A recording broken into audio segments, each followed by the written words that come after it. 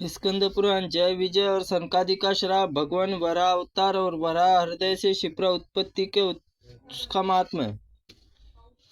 सनत कुमार जी कहते हैं, महाभाग, क्षिप्रा नदी में सर्वत्र पुण्यदायी अतिशय पवित्र महापहारिणी, परंतु अवंतीपुरी में उसका महत्व बहुत बढ़ जाता है। पूर्व काल में अनुपम तेज भगवान विष्णु मनोहर बैकुंठ धाम जय विजय और नाम वाले दो द्वारपाल थे। दोनों बड़े पराक्रमी थे, हाथ में सदा डंडा लिए बैकुंठ द्वार पर खड़े रहते हैं। मुनिश्रेष्ठ, एक समय ब्रह्मा जी मानस पुत्र सनकादि स्वेच्छा से सब लोगों का भ्रमण करते हुए भगवान विष्णु परम धाम आए। उनके मन में विष्णु दर्शन बड़ी लालसा थी। द्वार पर आते ही द्वारपालों ने सहसा रोक दिया और उन्हें धक्के खाकर चारों ओर कुमार वहां से भूमि पर गिर पड़े, मूर्छित हो गए। द्वारपालों के बर्ताव से उन्हें बड़ा दुख हुआ। इतने में कमल के समान सुंदर नेत्र वाले भगवान महाबाहु विष्णु वहां आ गए और पृथ्वी पर दुखित पड़े देखकर उन्हें कुमारों को ज्यों ही देखा, सहसा आगे बढ़कर उन्हें अपनी गोद में उठा लिया। मनुसूदन और कुमारों के मस्तक सूंघा और भुजाओं को कसकर छाती से चिपका कर तदनंतर महात्माओं ने उन्हें मूर्छा कैसे आई, किस लोगों ने आपको इस भारी दुख में डाला। कुमार बोले, महाराज, आपके दर्शन की अभिलाषा से बैकुंठ धाम भीतर आ रहे थे कि सहसा बलवंत रोक दिया। इसके दशा प्राप्त हुई, आज्ञा से इस स्थान पर सनातन स्थिति न हो। आज से इस आज्ञा पर इनकी सनातन स्थिति न हो, ये असुर योनि में प्राप्त हो जाए।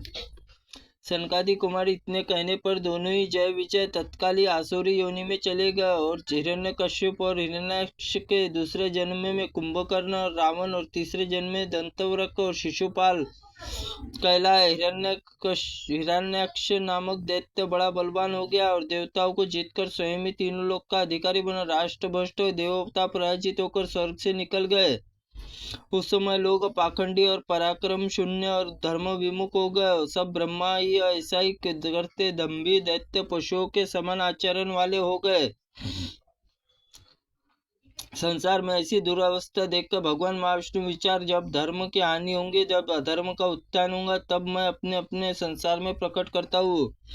अतः मुझे अवतार ग्रहण करना चाहिए। ऐसा सोचकर लीला पूर्वक श्वेत दीप के समान परम उज्ज्वल मंगलमय वराह शरीर धारण करके पूर्णतः यज्ञमय यज्ञ स्तंभ, उनके दाढ़ों पे हविष्य गंध ही उनके शरीर पर दिव्य गंध थी, जो बीज और औषधियों में रोमावली और चारों वेद उनके चार चरण थे। साक्षात आदित्य पुरु परमेश्वर अनेक नामों से उन्हें वेदों के जिनकी अनेक प्रकार से स्तुति के बराक रूप से प्रकट हुए। उन्होंने बड़ा भारी संग्राम करते हुए दुर्दर्श हिरण्यस्य मार डाला और उनके पीड़ित पृथ्वी रसातल में चली गई। उसने भगवान वराह अपनी दाढ़ों से उठाकर ऊपर ले आए। हिरण्यकश्यप अनुगामी बहुत से दैत्य मारे, शेष सभी भागकर पाताल चले गए। उस समय पवित्र वायु चलने लगी, सूर्य उत्तम प्रभा से परिपूर्ण हो गया, अग्निकुंडों की बुझी हुई अग्नियां फिर पुनः जलवित हो गई।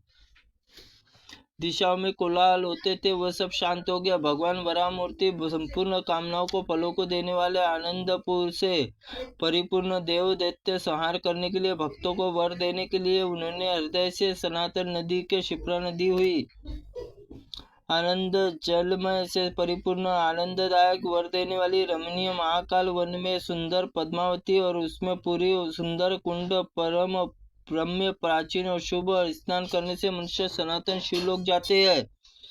व्यास उसी सुंदर वन में लोक पावनी क्षिप्रा लीन होने कर वराह समस्त दैत्यों के संहार करके देवताओं को निर्भय कर देता। तदनंतर इस इंद्र और सब देवता हाथ जोड़कर महाविष्णु नमस्कार किया। सामने खड़े होकर इस प्रकार पूछा, देवता देव जगन्नाथ, आपके गुणों का श्रवण कीर्तन परम पुण्य कारण रूपा बताइए, प्रभाव से स्वर्ग की प्राप्ति हो सकता है। भगवान वराह बोले, देवताओं, महाकाल वन में तुम्हारी मनोरथ सिद्धि कारणभूत गुहा और गुहा से पुण्य स्थान मेरे शरीर में उत्पन्न क्षिप्रा नदी लीन है। उसमें इस लीन गंगा के नाम से विख्यात है। वहाँ सरिताओं में श्रेष्ठ लीन गंगा, प्राची, सरस्वती, पुष्कर, गया तीर्थ और पुरुषोत्तम सरोवर क्षिप्रा नदी को जाओ।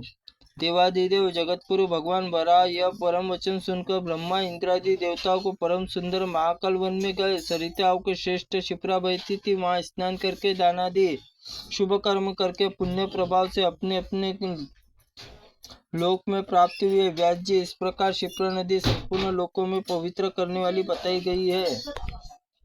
त्रुटिपूर्ण वाक्य के लिए भगवंत आप हमें क्षमा करें। ओम नमः शिवाय नमः। ओम स्कंद पुराणाय नमः।